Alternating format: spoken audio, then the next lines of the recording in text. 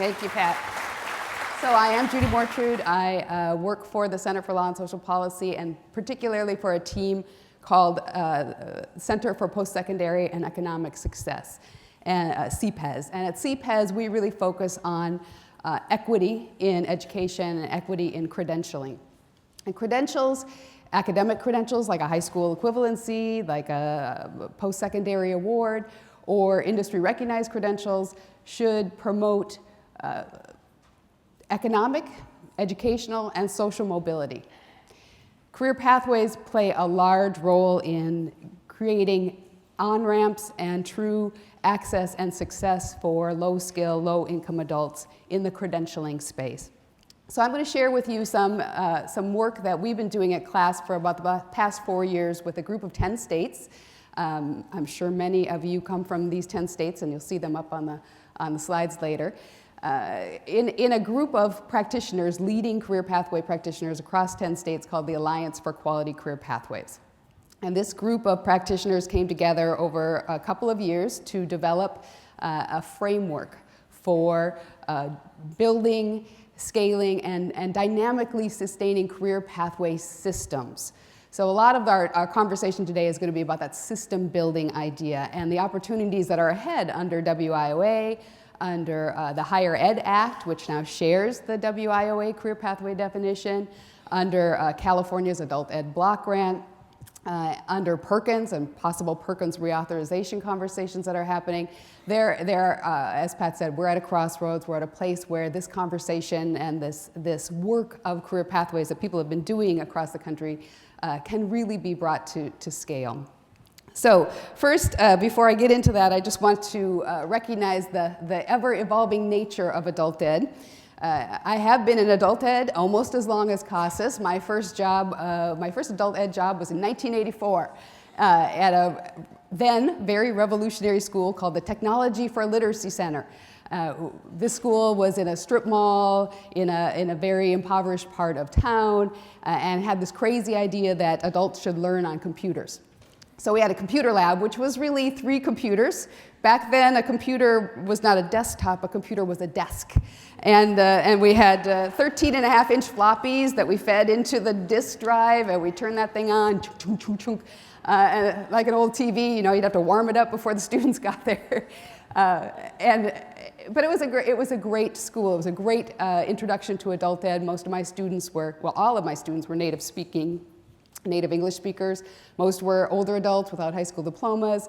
And we had JTPA, the Job Training Partnership Act, had just happened. We were very excited about more work with workforce development. We didn't see a lot of true partnership happen, but we started to understand more about adult education working in that working learner space.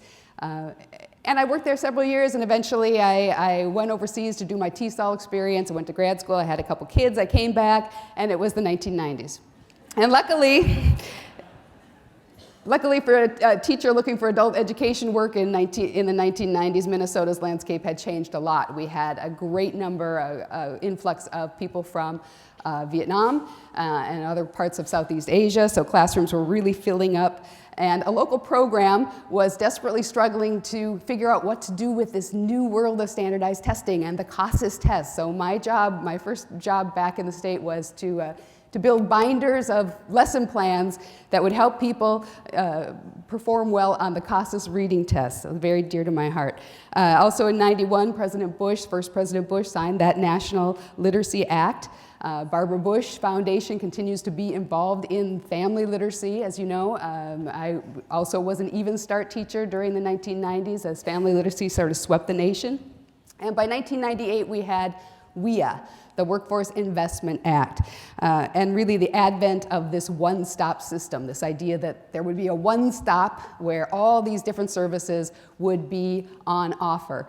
And we had a requirement to have an MOU, a memorandum of understanding with our local boards. Still not a lot of evidence of deep partnership, but moving that way.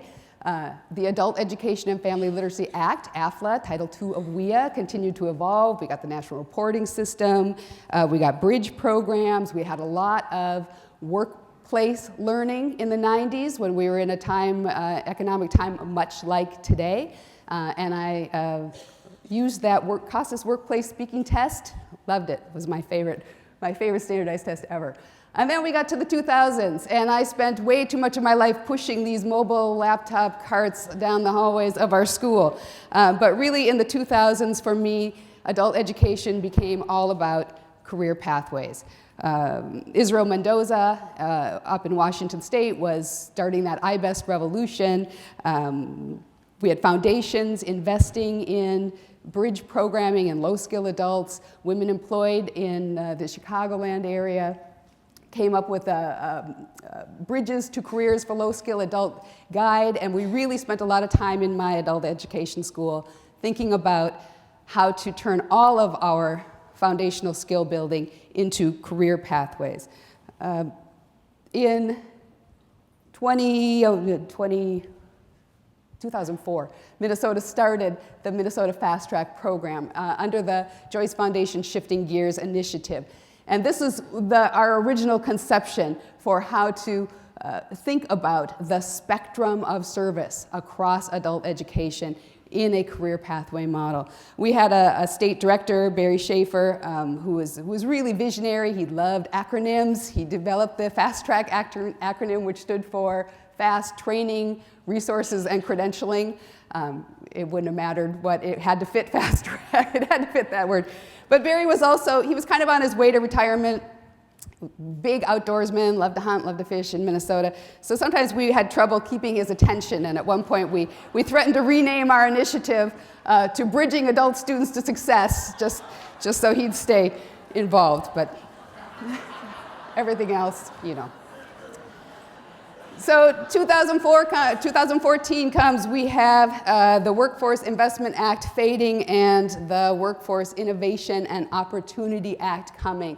And in 2014, I moved to the Center for Law and Social Policy to really focus on adult education, credentialing, and the opportunities that live within the Workforce Innovation and Opportunity Act to really take this work to scale. So I'm going to spend a little bit of time talking about the opportunities inside WEA, and then we'll come back to connecting them directly, because I think one of the biggest opportunities for adult educators right now is understanding that adult ed is WEA. Adult ed is part of this comprehensive piece of legislation that has now as its purpose to help individuals with barriers to employment to economic, educational success. So at CLAS, we spend a lot of time working with advocates, working with states, talking about the opportunities in WEA. We know that we're still waiting for those final regulations. Next week, I believe, we will have them because July 1, WEA goes to full-scale implementation. So I'm going to talk about these kind of 4 buckets of opportunity inside WEA. First is this increased focus on the low-income, low-skill adult and youth. Emphasizing earn and learn. We're back to, there's been a great investment in apprenticeship, conversations about pre-apprenticeship. We're really back in that space where workplace learning is a great opportunity again. We're going to talk about the alignment around planning, around accountability, around policy, and then we're going to focus on those expanding those proven education and training options like career pathways. But just a little primer on WEA. If some of this is jargony to you, I apologize, but I do think, again, it's really important, and I'll tell you one of the things, I'll get to it. One of the things that was the light bulb for me in my local program, my local work when I understood these titles.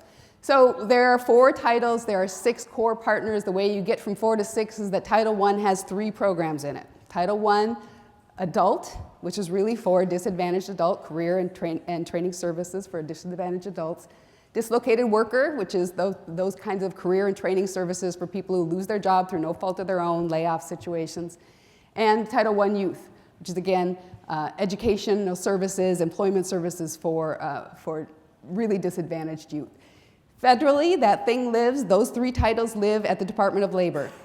The money comes down into your state through your state workforce agency, and then it goes out through local implementation, unless you're a state like Utah that just has basically one board. It goes out to the local workforce development boards. They used to be called workforce investment boards. Under WEA, they're called workforce development boards. And they are controlled by local elected officials. People always talk about LEOs, and I never understood what they meant. What they mean is like the county commissioners, or if that is a board that's controlled in the city, it's the mayor who's ultimately responsible for the work of that board. That's Title I. Title II, that's us, right? That's the Adult Education and Family Literacy Act. And AFLA is an old law. AFLA started in the War on Poverty. It was, it was the 1964 Economic Opportunity Act, which was adult education grants to states for programs of instruction for 18-year-olds whose inability to read and write English is an impediment to employment. That's how we got started back in 1964, and we continue to have that same goal, always the goal of helping adults to self-sufficiency. It's just that when we started back in 1964, that was like an 8th grade reading level, right? That was what it took to earn a family-sustaining wage. And then as things evolved and we got into the 80s, it was that high school equivalency. And where we are now is where high schools find themselves now, right? It's not enough to say, here's your high school diploma and you're done. We have to be helping people build that transition, that connection, those college and career readiness skills. Okay, Title III. Here was the one that when I finally understood this, I got along so much better with my local workforce board. Title III is an even older law. The Wagner-Peiser law started during the Great Depression. Title III is DOL. Oh, did I say that Title II is ed? You know that though, octave, right? Title III is DOL, money comes into the state, and really the services are controlled by the state in almost every state. So these are state staff that show up in local workforce centers. It would be like if the State Department of Education staff were working in your school. So there's tension between Title I and Title III because one is very locally controlled and the other comes with that voice of the state. So figuring out who in your local area is Title I and who's Title III, I promise you it will be important. Title IV, vocational rehabilitation services. These are, again, services for individuals with disabilities. Nationally, it's controlled by the Department of Education. The state agency, different state agencies in different states control it, and then state implementation. And as you know, in Title II, federally Department of Ed controls it, but when it comes down to the states, some states it goes into the Workforce Commission, like in Texas. Some states it goes into the community college system, like in Illinois. Some states like Minnesota, like California, it goes into the State Department of Education. So those are the core partners for WEA. And then there are some other partners that are called out as well. Temporary assistance to needy families in California, that's CalWorks. It has different names in different states, but it's essentially welfare income supports. Second Chance Act, which is for reentry populations. Some like 900 second chance grants have been let out in the last 10 years. And then the Carl Perkins Career and Technical Education, required partners at the local level. And then there are other potential one-stop partners like SNAP E&T. This is the food support, employment and training programs, and community colleges. All right, so those are the partners that have to come together. And what do they need to do? Well, they need to focus on services for individuals with barriers to employment. And I was in the CASAS workshop yesterday, and I see the new bubble form has got the 14 barriers to employment listed there on the right. So there are 14 of them that are called out in the legislation, and they have some new definitions. Individuals with barriers to employment includes individuals who are English language learners, individuals who have low levels of literacy, individuals facing substantial cultural barriers. Those are all considered barriers to employment and all priority target populations. Basic skills deficient has a new definition. For adults, it is an adult unable to compute, solve problems, read, write, speak English at a level necessary to function on the job, in the individual's family, and in society. Very nice definitions. Priority of service for Title I adult, services need to focus on TANF recipients, public benefit recipients. Title I youth, if you don't know your youth provider in your local area, this is a really good person to get to know because they've got a huge change under WEA. 75% of the funds now for Title I youth have to be spent on out-of-school youth, ages 16 to 24. Well, we know that's a huge population in adult basic education. And so co-enrollment between Title I youth and Title II is going to be a huge opportunity. Title I adult dislocated worker, there's a lot of focus on-the-job training or cohort training, boards being able to purchase training in cohorts, which is a big career pathway lever. Title II, we have the IEL Civics allocation now wrapped up into WEA, so it's guaranteed to come, but it's got some language in there about using a particular service model that we'll talk about. And Title IV, another really big opportunity for co-enrollment and collaboration between the titles as students who come out of high school.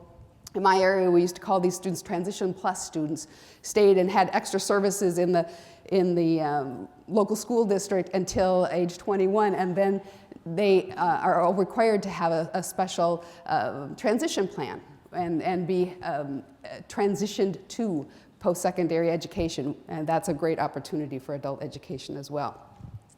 Earn and learn, okay, so this idea of investing more money to help people get work experience. You can see some of the allocations that are up to that wage reimbursement, again, a real improvement over what it was under WEA. So these are levers inside those Title I funds that would allow for your students to earn some money while they're also building those foundational and technical skills. Aligned planning. So WEA does require that states put together a unified plan with those 6 core partners. It also promotes the idea of combined planning. Many states did combine plan and put some other partners in as well. Some places that was CTE, some places that was the TANF or the SNAP ENT, that food support. Different configurations all over the country with that. There need to be then local plans and also regional plans that need to describe how access to the services, these services for career and training services, will be facilitated through co-enrollment. And then, oh, I forgot to change that typo. Title II, recompete. So I think you've all heard about that. There's a recompete of the Title II monies, perhaps bringing new providers into the system. But definitely, state agencies are having to build up a request for proposals that they'll let for next year. Performance accountability. So this is a big one. You know, through all the work of career pathways, and we would have these national dialogues and people would come together, and the thing that people always kept saying was, well, we don't shoot for the same target. We don't even have the same definitions. So how can we co-enroll? How can we do aligned services? So WEA has brought us common measures. It has brought an opportunity to really better coordinate the service for low-income individuals through this shared accountability system. It's also built in disaggregated reporting and statistical adjustment models. I'm looking at my colleague Anna, who knows this much better than I do.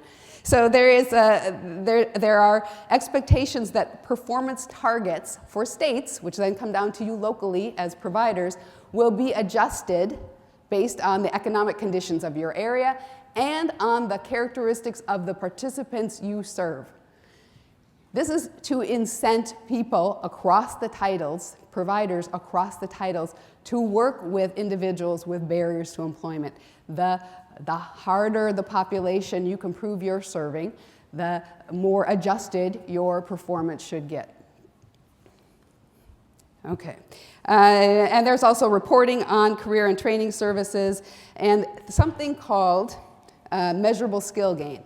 So this is the one I'm really waiting for the regulations to come out. And you know, Title II, we've never had a formal regulation, so when we get them, hopefully next week, it'll be a whole new world for us.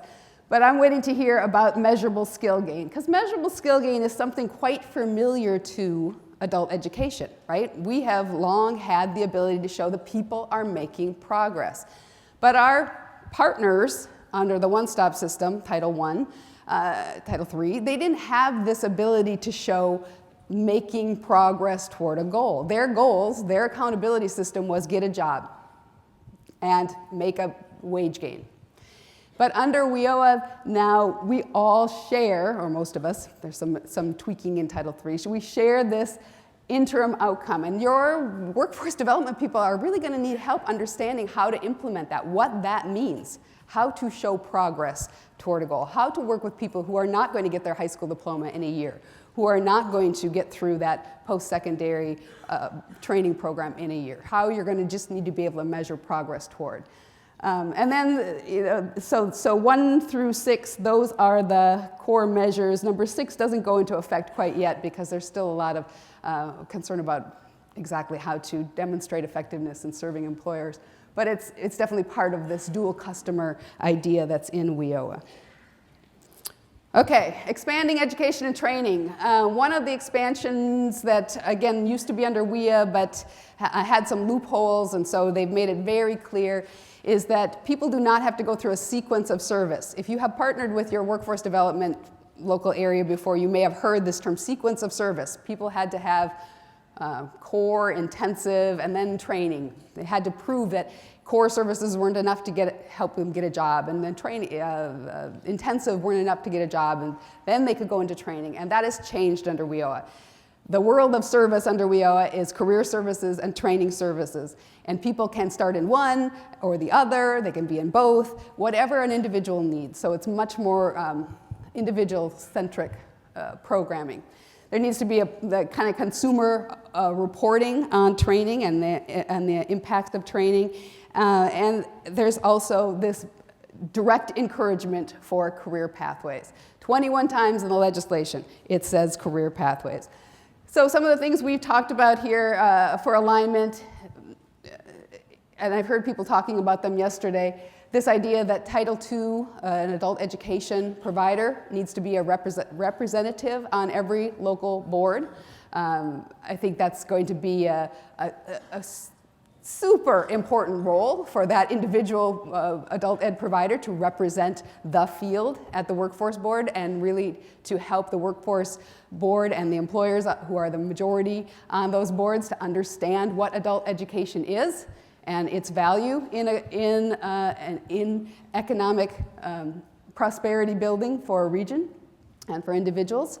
There is a much broader focus on this transition to post-secondary and the labor market. We do have that career pathways definition now that is shared across WEA and the Higher Education Act, and we have an encouragement of a new model called integrated education and training. So again, we're waiting for the final regulations, but in the proposed regs, this was such a beautiful model. I love this model, and I really hope it sticks. Integrated education says you need 3 things. You need adult literacy activities, you need workforce preparation activities, and you need workforce training for a specific occupation or occupational cluster. And these things need to be simultaneous, they need to be proportionally balanced, and there needs to be an integrated set of outcomes.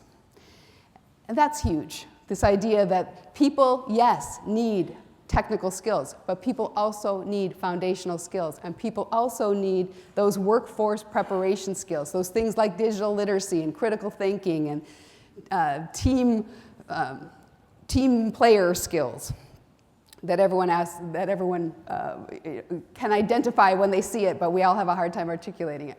Okay, so I want to share with you a couple of ways that Texas, anybody from Texas? Texas, Anson Green from Texas, the state director, and he's really been out front, not waiting for the regulations. You can see that he's got a little codicil up here at the top, subject to change based on Department of Education rules. When the final rules come, things could change, but he's been going around his state talking to providers about the new data collection, about new intake and assessment, and very specifically about integrated education and training models, and how they'll use this in Accelerate Texas, which is their integrated education and training system. So he talks a lot about, and you can find all of these materials up on their TWC website. He talks about how there are a spectrum of service inside the IET model. There's things just like aligned instruction. So students, they're co-enrolled between workforce training and adult ed. They have kind of a concurrent time period when they're doing both things. And there's a little bit of conversation happening between adult education and the workforce trainer about alignment. And then there's partially integrated, where, on this picture there's more conversation happening between the instructors. They're jointly identifying the skills needed to succeed, and the workforce training is delivered without modification, but with the support of adult education.